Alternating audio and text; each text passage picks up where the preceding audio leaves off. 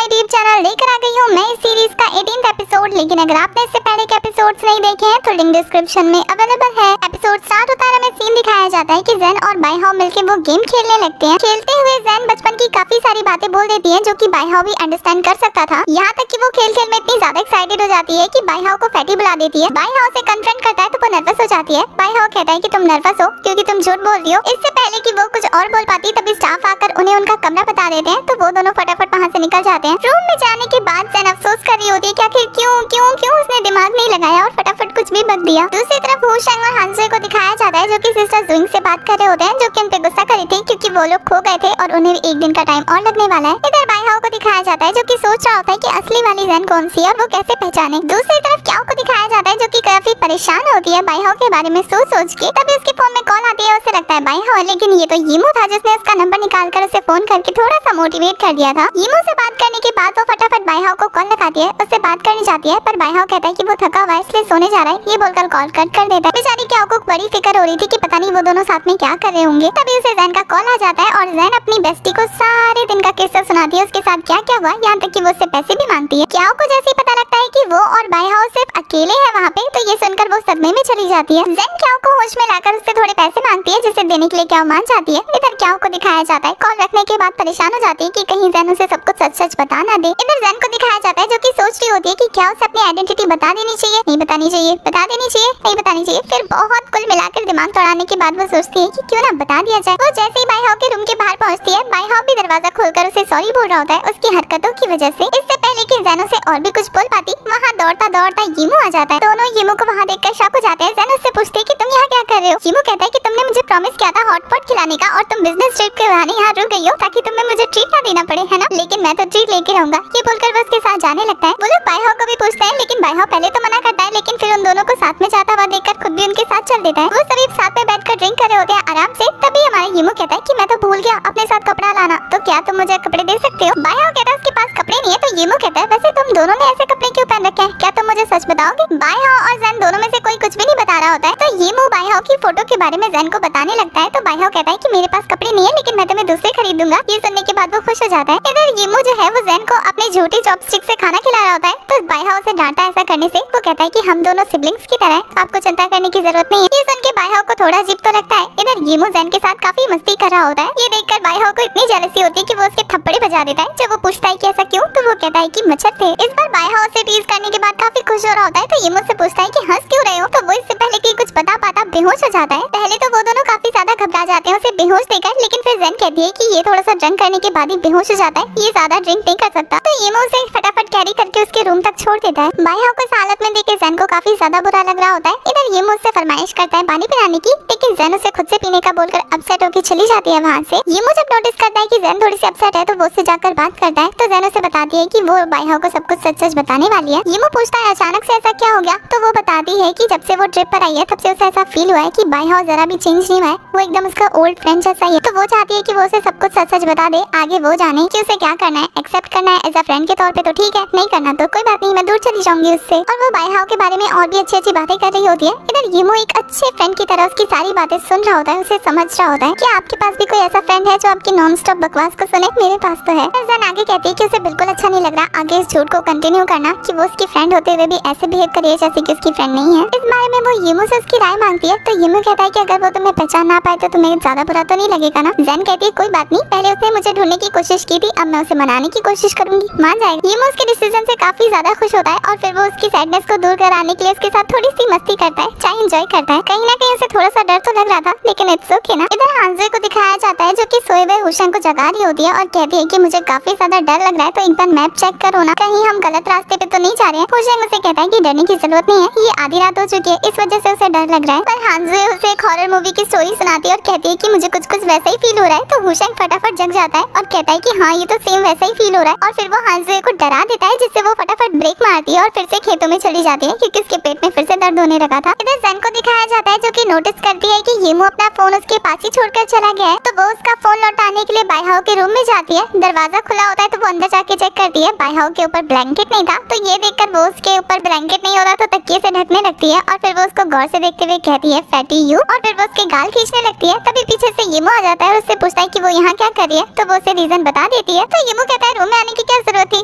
कहती है कि बाय हाउ सो रहा था और तुमने उसे ब्लैंकेट से कवर नहीं किया था, तो मैं बस वही कर रही थी। इधर दिखाया जाता है कि ज़ेन जा रही होती है और येमो उसके पीछे जाता है, तो बाय हाउ की नींद खुल जाती है, मतलब वो सो नहीं रहा था, बस आंखें बंद कर रखी थी। येमो जब पीछे मुड़ के बाय हाउ को चेक करता है तो उसे पता लग जाता है, वो सोच रहा होता है कि आखिर ये दोनों कर क्या रहे थे। येमो रूम से बाहर निकल जाता है तो बाय हाउ जगने के बाद ज़ेन के बारे में सोचकर स्माइल करने लगता है। यहाँ ज़ेन भी बाय हाउ के बारे में सोच रही थी, दोनों एक दूसरे के बारे में सोचते सोचते जग रहे होते हैं और दूसरी तरफ क्याओ को दिखाया जाता है जो कि परेशान होकर जाग रही होती है। इधर होशंग को दिखाया जाता है, जैसे ही हानज़े को देखता है वो उससे पूछता है क्या वो ठीक है, तो हानज़े कहती है तुमने मुझे इतने एम्बैरेसिंग मोमेंट पे देखा है, मैं ठीक कैसे हो सकती हूँ। वो उसे हिप्नोटाइज करने की कोशिश कर रही होती है, ऐसे कह रही होती कि भूल जाओ ये सब एक बुरा सपना था, और वो उसके हाथ में टिश्यू पेपर रखते हुए कहता है कि पहले हाथ साफ कर लो। नेक्स्ट मॉर्निंग का सीन दिखाया जाता है, बाय हाउ जैसे ही नहाकर बाहर आता है उसे येमो दिखता है, तो वो उसे कहता है तुम इस टाइम पे यहाँ क्या कर रहे हो। येमो कहता है मैं शौक से तुम्हें देखने नहीं आया था, मुझे ज़ेन ने भेजा था क्योंकि उसे तुम्हारे लिए फिक्र हो रही थी। पर बाय हाउ उसे डांट देता है, तो रूम में घुसने की क्या जरूरत थी, मेरे कपड़ा पहनने के बाद आ जाते। येमो कहता है तुम ऐसा कैसे कह सकते हो, हमने साथ में रात गुजारी थी, अब तुम मुझसे ऐसे मुंह नहीं मोड़ सकते। बाय हाउ उसे बकवास बंद करने का बोलता है, तो येमो कहता है मुझे भी कोई शौक नहीं है, मैं तो यहाँ ज़ेन के लिए आया था, अब उसे बोल दूंगा कि तुम्हारी फिक्र ना करे। वहाँ से जाते हुए कहता है जल्दी चलो हमें काम है, और फिर कहता है कि वैसे तुमसे बात करने में मजा बड़ा आता है। वो उसे टीज कर रहा था और बाय हाउ ये बात समझ जाता है। इधर हानज़े और होशंग को दिखाया जाता है जो कि कार में एक साथ सो रहे थे।